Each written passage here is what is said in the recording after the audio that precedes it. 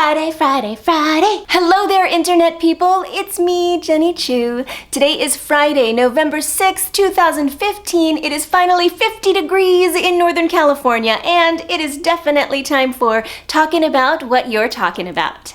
Carrie Brownstein is most known for being the co-creator of the awesome show Portlandia. However, she also has a new autobiography that is out called Hunger Makes Me a Modern Girl. She had a book event recently in Pasadena, California, where everyone who attended found themselves to be unexpected wedding guests. You see, a couple in the audience happened to know that Carrie Brownstein was also a licensed wedding officiant, and they surprised her by asking her to marry them. Because she is so awesome, she agreed and did it right there on the spot. And get this, you guys, Amy Poehler was hosting the actual book event, which coincidentally happened to take place in a church, and so Amy hopped behind the church organ and played a somewhat terrible version of Green Sleeves. But who cares? It's Amy Poehler. Here's some of what Carrie said to the couple as she officiated their impromptu wedding. All of us here are rooting for you, in the way we always root for ourselves, in the way that we root for love to always win out over despair, for hope to win out over fear, for joy to win out over sorrow.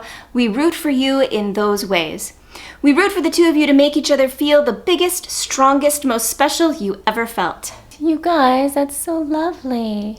Everyone there seemed very happy for the couple, and I must now admit to feeling just a little bit let down by my own wedding and its lack of Amy Poehler and Carrie Brownstein, really. Okay, the internet was once again my favorite place this week when best-selling author, lover of taxidermy, and anxious queen of misfits, Jenni Lawson, aka the Blogess, tweeted about a slightly embarrassing moment that she had just had. Airport cashier, have a safe flight. Me, you too. I can never come here again. And then magic happened, as it often does with the Blogess, as thousands of other people on Twitter started to tweet at her their very own embarrassing moments, which she decided to retweet liberally. Told a one-armed man to tell his mother the flowers I just put together for her cost him an arm and a leg. The handsomest man I've ever seen once sat down next to me and said, "Hi."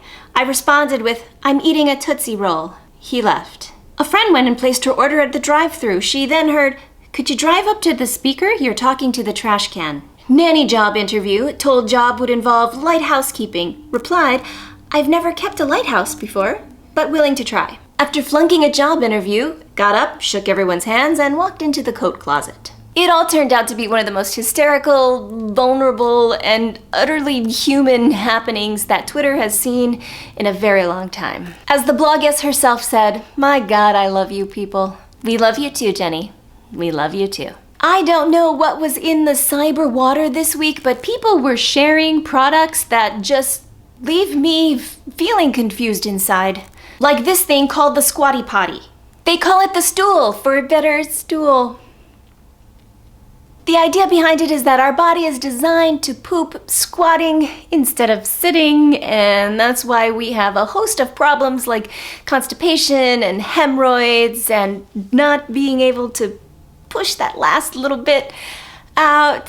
Oh. Okay, the concept actually seems to make sense to me, but what leaves me feeling just weird inside is the video advertisement that the company made to go with it, using a very handsome prince and a unicorn who poops rainbow ice cream. Just here. This is where your ice cream comes from. The creamy poop of a mystic unicorn. Totally clean, totally cool, and soft served straight from a sphincter. They're good at pooping.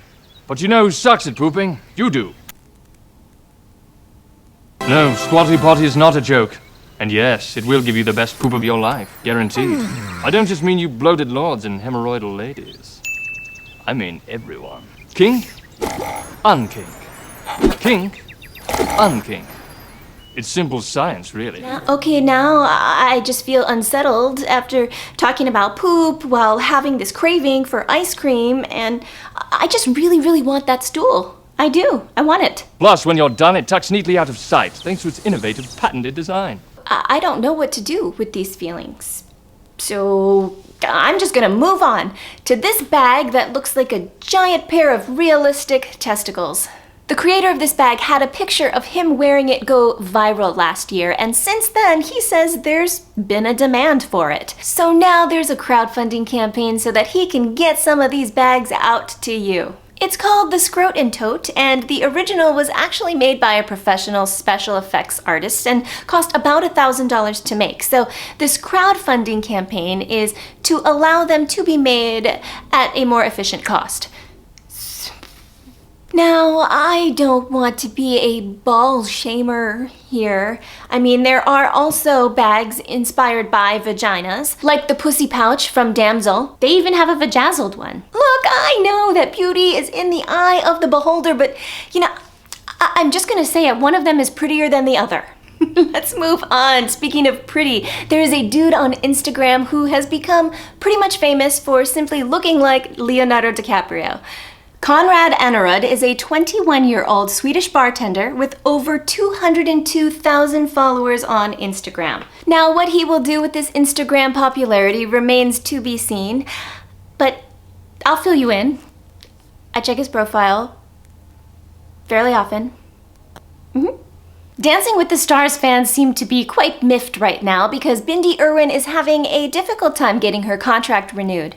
Now, Bindi is a minor, she's only 17 years old, so the show has to actually submit an LA minor's contract to the Los Angeles Superior Court judge. Her mom, Terry, has signed off on a form saying that she will claim no rights to any of the money that Bindi is making from the show, and for some reason, the judge is requiring that she have the same thing from her father. Her father happens to be the late Steve Irwin, everyone's favorite crocodile hunter. I'm not worried though, you guys, the show has enough lawyers that if they all come together and use their muscle to lift that giant rock that the judge is living under, it will all be fine. Alright guys, that's it for this week. It may not all be news, but it is definitely what you're talking about. Bye! You just shouldn't wear balls on your back.